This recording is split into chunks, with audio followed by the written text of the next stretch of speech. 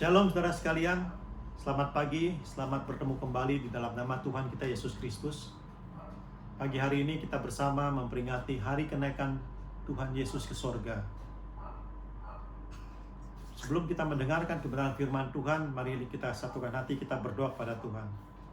Terima kasih Tuhan, pada pagi hari ini kami boleh bersama-sama beribadah kepada Tuhan kembali. Mari Tuhan, Engkau menolong kepada kami sekalian untuk bersama-sama mendengarkan kebenaran firman Tuhan. Ajar bagi setiap kami seperti Maria yang duduk di ujung kaki Tuhan. Demikian juga kami sekalian kami memfokuskan seluruh hati dan konsentrasi kami hanya untuk tempat firman Tuhan. Terima kasih Tuhan Yesus. Tuhan mengurapi pada hamba-Mu dari tempat yang tinggi dengan pengurapan-Mu yang baru ya Bapa, supaya kami sekalian boleh bersama-sama mendapatkan berkat yang besar daripada kebenaran firman Tuhan. Nasihatilah Tuhan dengan firman Tuhan. Tegurlah Tuhan jikalau kami mulai menyimpang daripada jalan-Mu, sehingga kami boleh kembali kepada jalan Tuhan. Terima kasih Tuhan Yesus. Di dalam nama Yesus kami siap membuka pintu hati kami hanya untuk tempat firman Tuhan. Haleluya. Amin. Saudara, tema firman Tuhan pagi hari ini adalah pergi untuk kembali. Suatu perpisahan memang suatu hal yang momentum yang sangat menyedihkan. Dalam hidup ini saya pernah mengalami perpisahan dengan orang tua saya. Yang pertama, ayah saya pada tanggal 17 Januari tahun 1983, dia dipanggil Tuhan, dirawat di rumah sakit Sumber Waras. Setelah beberapa lama kemudian dipanggil Tuhan. Ayah yang sudah berkorban, mencari uang, membesarkan saya, dia kembali harus meninggalkan saya.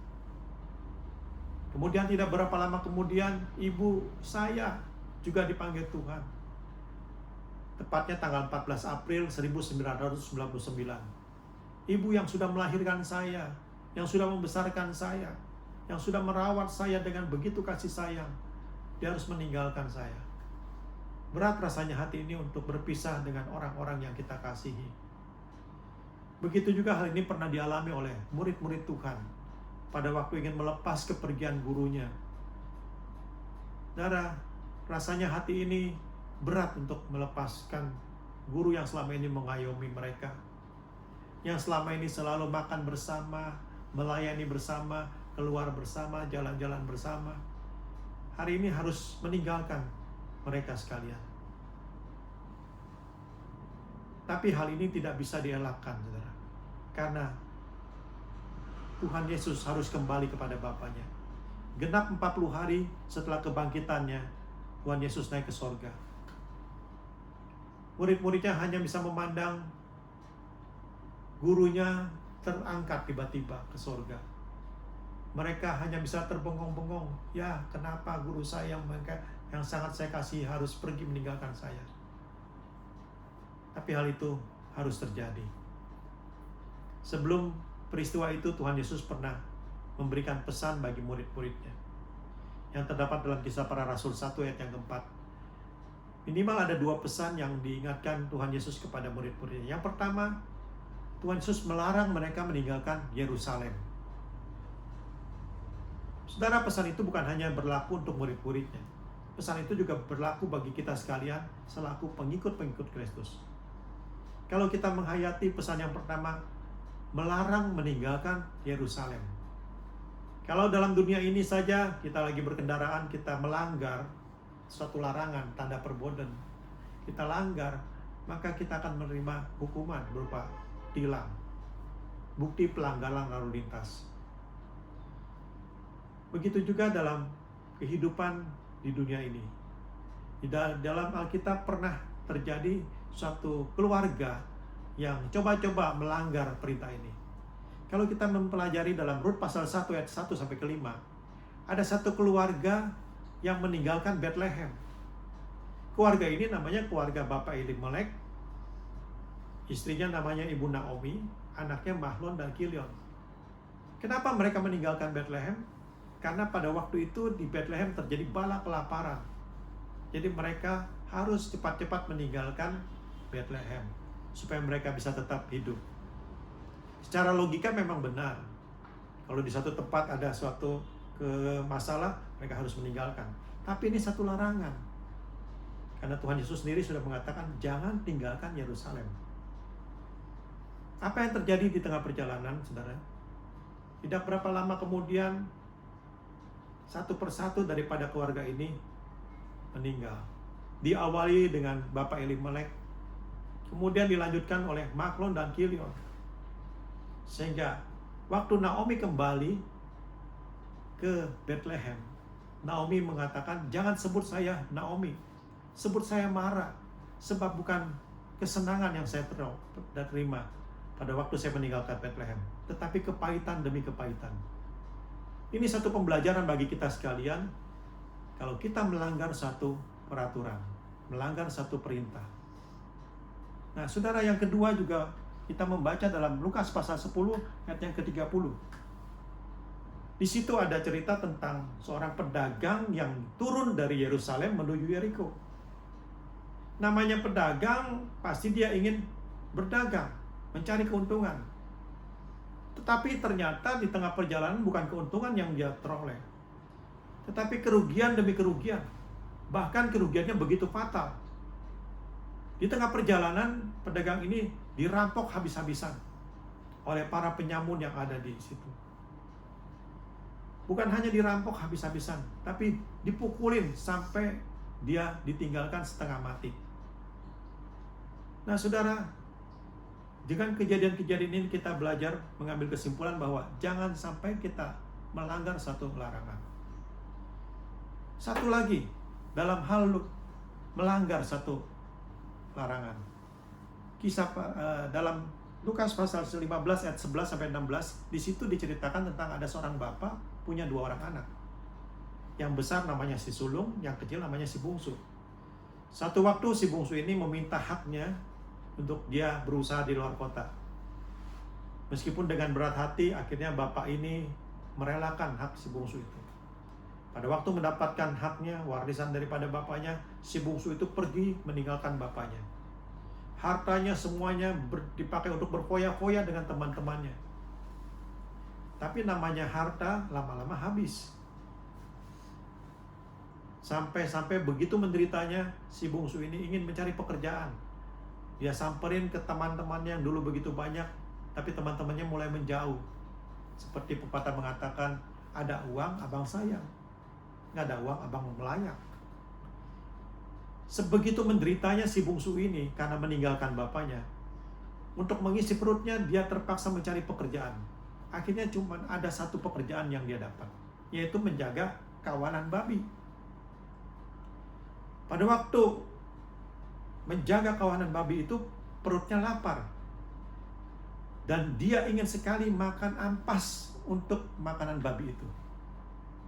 Tapi ternyata pada waktu tangannya mengambil untuk dimakan, itu dilarang sama pegawai-pegawai yang lain. Nggak boleh. Akhirnya si bungsu itu dipecat. Nah, akhirnya si bungsu itu kembali kepada bapaknya. Jadi dari kejadian-kejadian ini, kita bisa mengambil kesimpulan. Jangan coba-coba melanggar satu larangan ini. Karena dari kejadian ini kita bisa melihat bahwa orang yang meninggalkan Tuhan, meninggalkan Bethlehem, bukan keuntungan, tetapi kerugian dan demi kerugian yang dia peroleh. Tapi sebaliknya kita mau belajar mengikuti firman Tuhan. Kita cari dahulu kerajaan Allah beserta dengan segala kebenarannya. Maka semuanya itu akan ditambahkan bagi kita sekalian. Ada satu kejadian yang pernah saya alami. Satu waktu seorang tukang bakmi dekat rumah, dia pernah bercerita kepada saya, aduh, dagang sekarang payah ya, sepi.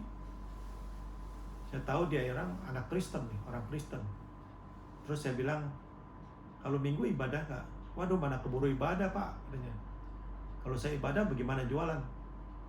Terus saya bilang, coba kamu praktekkan dahulu. Ibadah dahulu, baru pulang ibadah, baru jualan. Pada waktu saya mengingatkan begitu, dia cuma manggut-manggut. Saya pikir dia cuma mengiyakan begitu saja. Tapi ternyata beberapa waktu kemudian, waktu saya ketemu lagi dengan tukang bakmi ini, dia bilang, "Wih, benar lu. Setelah saya ibadah dulu, saya mengutamakan Tuhan dulu, maka bakmi saya laris. Kalau dulu dari pagi sampai sore nggak habis. Tapi sekarang dari pagi sampai jam 12, kadang-kadang jam 1, bakminya sudah habis." Nah, itu satu bukti.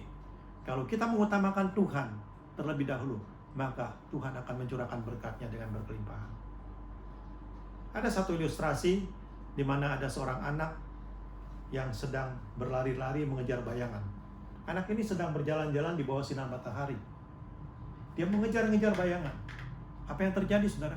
Semakin dikejar, bayangan itu semakin jauh. Rupa-rupanya sang bapak itu melihat. Dan dia bilang, "Nah, coba kamu berbalik arah. Kamu berbalik arah, jangan menjauhi matahari. Kamu berbalik menghadap kepada matahari." Anak itu ngikut, namanya anak kecil, dia ngikut. Pada waktu anak itu mengikut, dia berjalan menghadap matahari. Pada waktu dia berjalan, terus sang bapak itu bilang, "Nah, coba kamu nengok ke belakang. Apa yang kamu lihat?" Dan ternyata benar, pada waktu anak itu berjalan menghadap matahari, dan dia nengok ke belakang, bayangan itu mengikut dia. Sang bapak itu bilang, "Pilih mana? Mengejar berkat atau dikejar berkat?" Anak itu, dia mengejar berkat. Dia mengejar berkat, tapi dia tidak mendapat. Tapi kalau dia menghadap Tuhan terlebih dahulu, maka berkat akan dikejar. Berkat akan mengejar pada kita sekalian. Saudara, pilihan ada di tangan saudara. Mau yang mana? Kalau kita tinggalkan Yerusalem, tinggalkan Bethlehem, tinggalkan Tuhan Yesus, maka kerugian demi kerugian. Tapi kalau kita mengutamakan Tuhan terlebih dahulu, maka berkat Tuhan akan dialirkan. Jangan pada waktu susah, kita ibadahnya rajin. Tiap minggu dia buka hati untuk beribadah kepada Tuhan. Tapi begitu diberkati toko, hari Minggu tidak lagi buka hati ke gereja, tapi buka toko. Itu namanya meninggalkan Yerusalem. Nah, pada pagi hari ini firman Tuhan mengingatkan, jangan tinggalkan Bethlehem. Itu satu larangan. Yang kedua adalah menantikan janji Bapa. Untuk tetap tinggal di Yerusalem, menantikan janji Bapa. Saudara, menanti adalah pekerjaan yang paling membosankan. Kenapa? Karena menunggu itu memang nggak enak. Ini kapan ya? Kapan ya? Kapan ya? Itu mungkin sebabnya kalau di ruang tunggu praktek dokter, ya, di ruang tunggu praktek pasien dokter, itu kita seringkali melihat ada di situ ada televisi, ada majalah, ada koran zaman dulu. Maksudnya supaya nggak berasa. Pada waktu dia lihat televisi, dia baca koran atau baca majalah, tiba-tiba namanya dipanggil. Nah, supaya kita nggak bosan dalam hal menantikan janji Bapa, kita tetap bekerja melayani pekerjaan Tuhan. Maka kita tetap di dalam rumah Tuhan, kita tetap dalam hadirat Tuhan. Maka bila mana Tuhan datang kembali, maka kita akan senantiasa dalam pemeliharaan daripada Tuhan. Saudara, dalam Kisah Para Rasul 1 ayat 10 sampai ke 11, di situ diingatkan bahwa Yesus yang naik sekarang akan kembali kepada dunia ini. Dia akan datang kembali. Meskipun saat ini dia pergi, tapi dia akan kembali. Dia kembali bukan sebagai bayi kecil lagi, tetapi dia kembali sebagai hakim di atas segala hakim, yang akan menghakimi semua umat manusia dalam dunia ini. Sehingga barang siapa yang percaya kepada dia akan masuk ke dalam kerajaan surga. Marilah saudara, kita tetap setia mengiring kepada Tuhan. Kita jangan tinggalkan Yerusalem, jangan tinggalkan Bethlehem, jangan tinggalkan Tuhan Yesus. Kita tetap setia menantikan janji Bapa.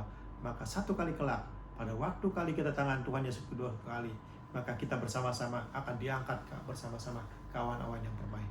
Amin. Kiranya jadi berkat dan kekuatan bagi kita sekalian. Terima kasih. Enggak doa. Kan itu. Nyanyi dulu. Nyanyi. Nyanyi pada waktu habis nyanyi baru doa kan? Nyanyi mau diulang. Hah? Enggak.